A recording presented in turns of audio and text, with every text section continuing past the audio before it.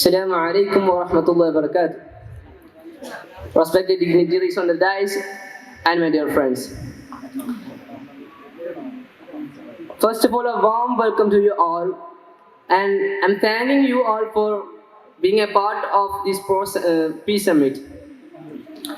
And as you know that in a world often filled with wars, tragedies and poverty, the beacon of peace bright the shine. And we know that peace is the most significant aspect of individuals, communities and even countries that them need to live a communal life in the society. And if we are considering the current situation of our world, we came to know that our world is smoldering with wars, tragedies and poverties all over the world. We know that in Palestine, thousands of innocents are being killed for no reason, and in other nations there are so many people dying for the lack of food and water. And if anyone have a question why these things are discussing in this type of peace summits, there is no chance for this question, because we are the reasons. We are the reasons for our brothers being attacked and our brothers being dying without food and water. So we here are going to discuss the major problems that the world face, and for that we have our honorable guest, Sayyid Hamid Bukhari. He is from Qatar and he is a scholar. He is a prominent scholar of the Qatar University. And we have Sir Sinan bin Umar. He's from UK and he's also the director of the Institute of Technology London. And we have Sir Ibn Abbas. He's from US and he's a director security of FBI. And we have Hunayf Abdulaziz. He is representing Spain and he is a professor in the Spanish University. And finally we have Yasser Arafat. He is representing India. He is a member of Human Management Resource. And at first, I'm going to invite Sir Midlaj. Sir, please.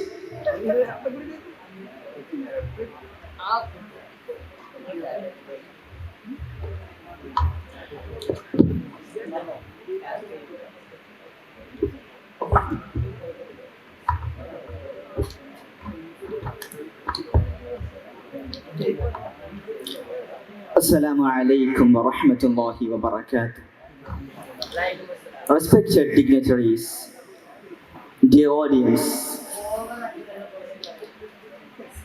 in today's global landscape, the scourge of terrorism knows no borders.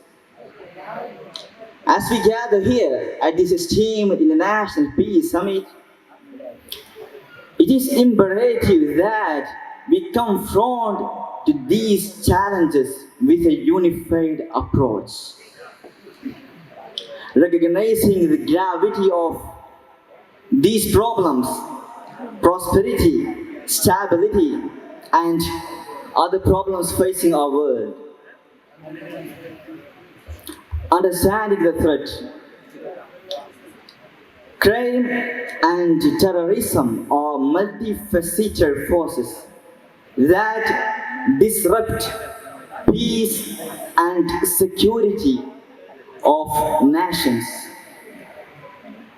Crime, whether it's cybercrime, organized crime, or trafficking, often fuel the rise of crime and terrorism. Terrorism, with its vicious acts of violence and intimidation, threaten the safety of individuals and societies across the world, destabilizing regions, and instilling fear on global scale. Root causes. To effectively combat these challenges, we must comprehend their roots. Poverty, inequality, political grievances, lack of education, and social exclusion are the main reasons of these causes. Addressing these root causes is fundamental to eradicating the root causes and the breeding grounds of crime and terrorism. The role of international collaboration. No single nation can combat crime and terrorism in isolation. Cooperation, collaboration among nations, international organizations, crime authorities, law enforcement agencies, and intelligence services are indispensable. Sharing information, intelligence, and expertise is crucial to combat these challenges. Preventive measures. Prevention is key. Investing in education, empowering marginalized sections, and promoting social inclusion are the vital steps to preventing individuals from these types of radical ideologies and terrorist activities. Rehabilitation. For those who involved in these radical activities and criminal activities, we must make rehabilitation for them to reintegrate into society for long-term stability and peace. Technological advancements and challenges. In our increasingly digital world, technology serves as both a tool for criminals and a solution for law enforcement agencies. While technologies aid in surveillance, intelligence, and cybersecurity, they also pose challenges. With criminals exploiting these technologies for their criminal activities and other. Finding a balance between these, our information technologies and security measures is essential to combat these problems. As we deliberate upon these challenges, we take many strategies and initiatives. Let's remember the fight against crime and terrorism requires collaborative actions and our action programs. Collaboration, prevention, and innovation and commitment to human rights are essential to these problems. Let's ensure our dedication to promoting a world where every people free from the fear of terrorism and crime, where every individual lives with free fear of terrorism and crime, where peace and harmony prevails the world. Thank you. Assalamu alaikum.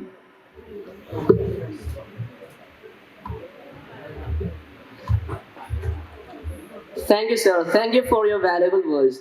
And up next, we have our Sir Sayyid Hamid Ismail Bukhari, and he's gonna talk in religious influence in peace.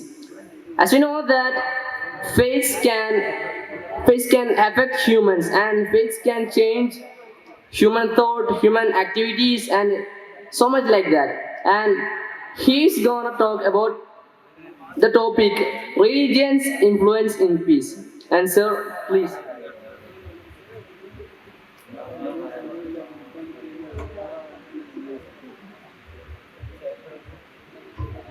السلام عليكم ورحمة الله تعالى وبركاته. بسم الله والحمد لله والصلاة والسلام على أشرف المخلوقين وعلى آله وصحبه أجمعين، أما بعد.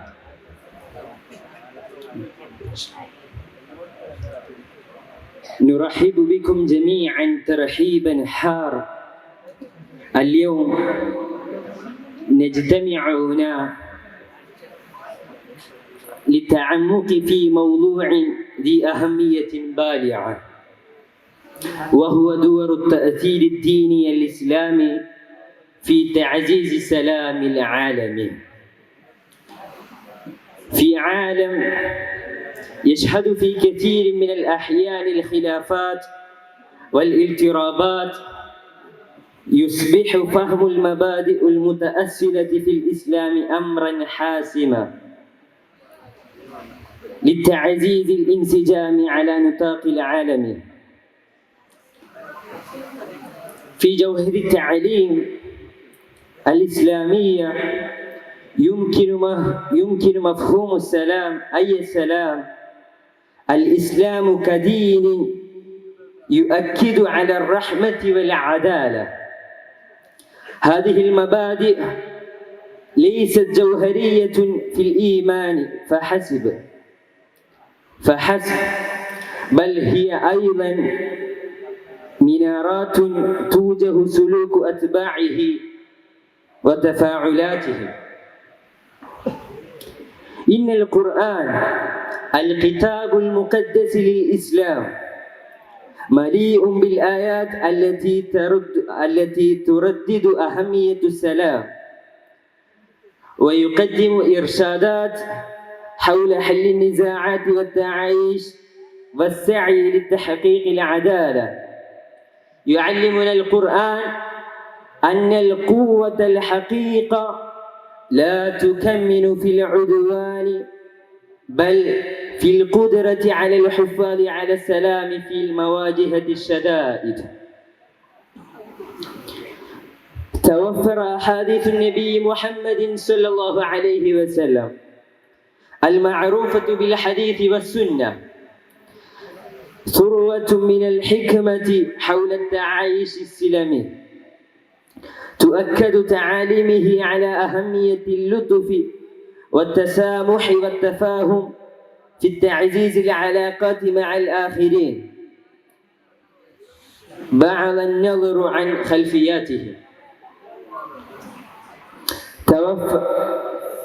يظهر التاريخ العنيف للحضارات الإسلامية فترات السلام، حيث عاشت المجتمعات المتنوعة معا في وآم. ومن الأندلس إلى الخلافة العباسية كانت هذه الأمثلة التاريخية بمثابة الشهادة على إمكانة المبادئ الإسلامية في تعزيز التماسك الاجتماعي الوحدة. إن الرحلة نحو السلام العالمي تتطلب التعاون، ويتعين على المؤسسات الإسلامية والحكومات والمنظمات الدولية إن التعاون من أجل التطوير استتر اتجاهات الشاملة تعمل على تعزيز تأثير التعليم الإسلامي على النطاق أوسع. في العصر الرقمي الحالي تعمل التكنولوجيا وسائل الإعلام كأدوات قوية لنشر رسائل السلام.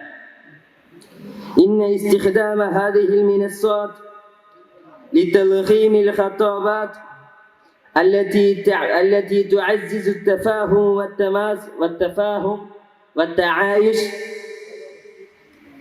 يمكن أن يساهم بشكل كبير في تعزيز السلام العالمي. إن تمكين شبابنا بقيم السلام والتفاهم أمر بالغ أهمية، إن إشراك العقول الشابة في أنشطة بناء الإسلام وقرص الشعور بمسؤولية تجاه خلق عالم متناعم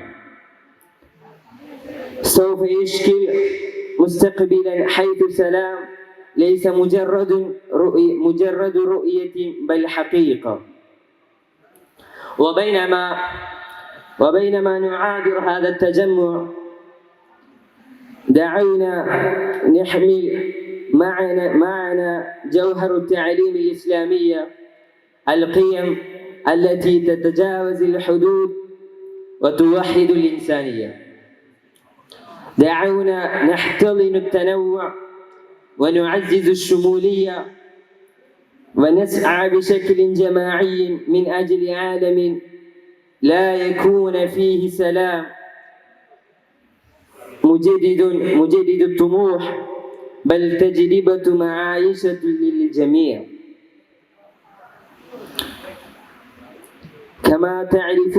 كما نعرف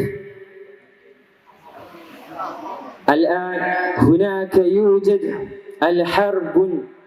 الحرب بين الإسرائيل والفلسطين، فرقة الإسرائيل والفلسطين.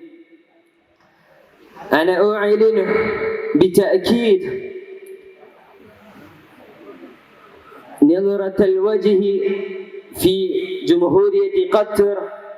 يجب علينا، نحتاج إلينا أن نجتمع لهذا الموضوع، على الحرب، على الإسرائيل، على الأوروبيا. وثم نحتاج إلينا أن نقول أن العطاء للفلسطين. وفي الختام فإن تأثير المبادئ الدينية الإسلامية في تعزيز السلام العالمي عميق. وبينما نبحر في تعقيدات عالمنا دعونا نستمد الإلهام من التعاليم الإسلام التي نحتضن السلام والعدالة والرحمة. معا يمكننا أن نبني مستقبلا ينتصر فيه التفاهم على الجهل والوحدة على الخلاف. إن شاء الله سأختتم كلامي. السلام عليكم ورحمة الله تعالى وبركاته للجميع.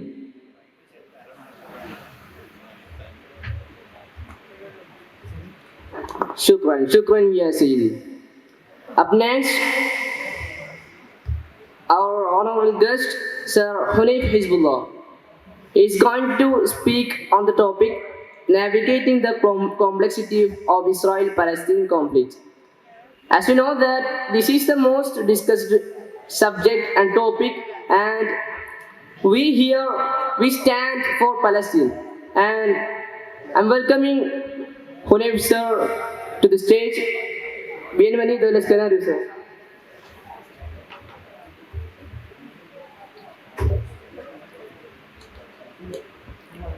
السلام عليكم ورحمة الله تعالى وbarakatuh. Hola maestros, respetados mis queridos amigos. Ahora me gustaría hablar sobre la paz en palestinos. La paz no es un regalo, es una conquista, y la conquista de la paz en Oriente Medio exigió una inclusión de los palestinos. No podemos cerrar los ojos a su sufrimiento ni quedarnos en la comodidad de la indiferencia. Debemos alzar nuestras voces, exigir justicia y apoyar a quienes construyen puentes de diálogo y entendimiento. La paz es posible, hermanos y hermanas, posible si apostamos por el reconocimiento, el diálogo, la justicia y la solidaridad. Posible si juntos debemos basta. a la violencia y la operación posibles con el corazón abierto. Debemos la bienvenida a todos los pueblos a la mesa de la paz.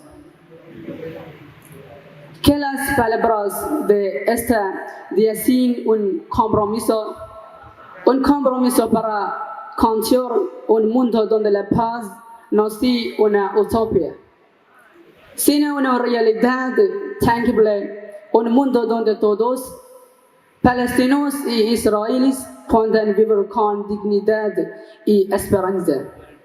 La paz en Palestina, su sueño, pero no una utopía, es un camino arduo, pero posible. Miramos a las miles de personas, israelíes y palestinos, que se unen por la paz, que sueñan con una convivencia. Su valencia nos inspira, su lucha nos guía. Amigos, no nos resignamos en la indiferencia, somos la generación que eligió la paz sobre la violencia. El diálogo sobre el trataríamos, hagamos de la paz en Palestina una casa global. Una barca palestina no permanezca en los discursos, sino que se convierta en la realidad que habita las calles de Jerusalén, Gaza, Belén y de cada rincón de esta tierra sagrada. Juntos, con la fuerza de la solidaridad y la esperanza, podemos hacer de paz una realidad. Porque, como nos recuerda el poeta palestino Muhammad Darwish, hablar, si la patria fuera una camisa, yo sería el último bonito. Luchamos para que esa patria, para que Palestina pueda vestir con la túnica blanda de la paz. Por la paz en Palestina, por la paz en el mundo. Gracias todos, adiós, hasta la vista, chao, assalamu alaikum wa rahmatullahi ta'ala wa barakatuh. Gracias, muchas gracias, Antonio. And up next, Sir Yasser from India is going to interact with us, and he is going to speak in the topic Youth Engagement and Empowerment for Peace. Janab, host.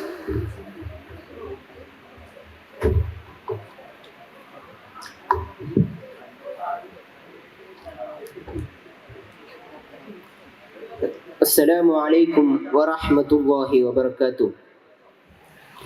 عزیز محترمین اور حضرت نگرانی، آج میں خود کو قریب قلب سے جاگتے ہوئے ایک موضوع پر بات چیت کرنے کا شرف حاصل ہے.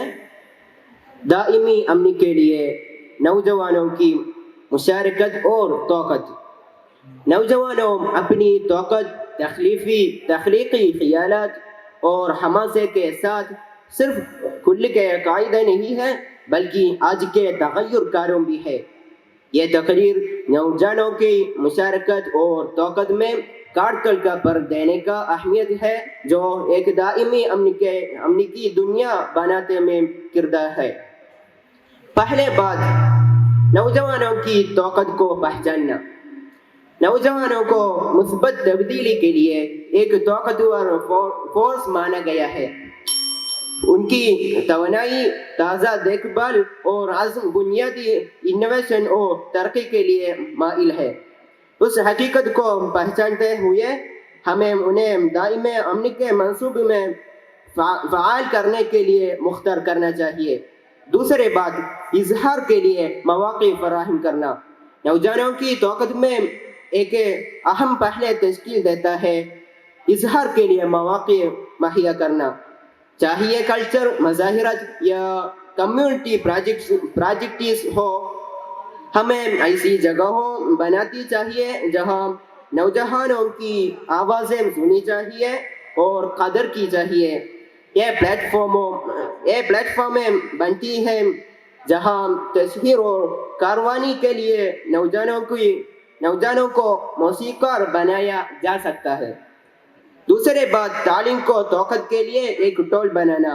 नौजवानों को मजबूत करना तालीम से शुरू होता है। सिर्फ तालीम नहीं है बल्कि एक तालीम जो हमसरहोश और आलमी मुआमलत के गहरे फ़हम को जोड़ता है। ये एक मुकम्मल तालीम है जो नौजवानों को दुनिया के फ़ेल और मुस्तक़बिली मैदान में मायनी ख़ीज़ और फ़ाल तरबियत देने में मदद फराहम करते हैं। दूसरा, मुख्तलिफियत का ख्वाब। अमन की तलब में इश्तराकिया और मुख्तलिफियत होना चाहिए। नौजवानों की तौक़त में हमें मुख्तलिफियत की खूबसूरती को पहलवान कर संगी होना चाहिए।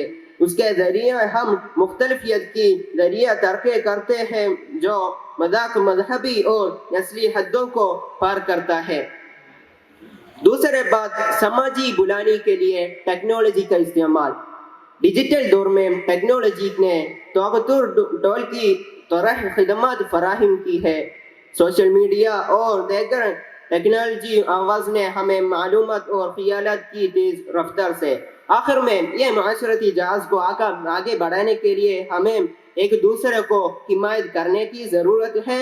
नौजवानों की उनकी खुद मुख्तारी का एहतराम करना, उन्हें एक मुस्तक़बिल बनाने के लिए हिमायत देना हम सबका फ़र्ज़ है, हमारा फ़र्ज़ है। शुक्रिया। Shukriya Janab, Shukriya. And up next and last, we have Sinan Bidurman from US. He's gonna talk in Communication for Global Unity, a call to action. Sir, please.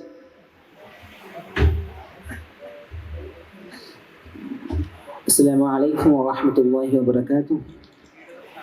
So, thank you being here. Today is a blessed occasion. So, in a world marked by diversity and interconnectedness, the power of the communication cannot be overstated. Today, I would like to share some thoughts on how communication in all its forms can serve as a catalyst for global unity and ultimately contribute to sustainable peace. Firstly, I would like to talk about that understanding the dynamic of communication. What means the communication? Communication is the most thing that the people need nowadays. Communication is not just about the talking, it's about understanding and being understood. This is the point, that the understanding and to be understood. In our global village, where cultures, colleagues, and ideas interest, effective communication becomes a bridge that spans across the borders. So the communication is the best point to keep our peace in the global village. So my next point is the technology as a global connector. As we know, 4.8 billion of the people worldwide engaging with the communication. 56.8% of the population are actively engaged with the social media platform. So when the using of the technology is the good way to share the peace, thoughts, and good news that we can affect our community and we can build our community and throughout the community from the development. My second topic is the role of language in unifying humanity. The humanity is considered from the language. Is the animal is not a human, because the language is the most thing that a human being, the social animal, the social considered to the language to be every people communicate with their own language in all over the world that keep the peace and the standard from the borders and across the countries and continents.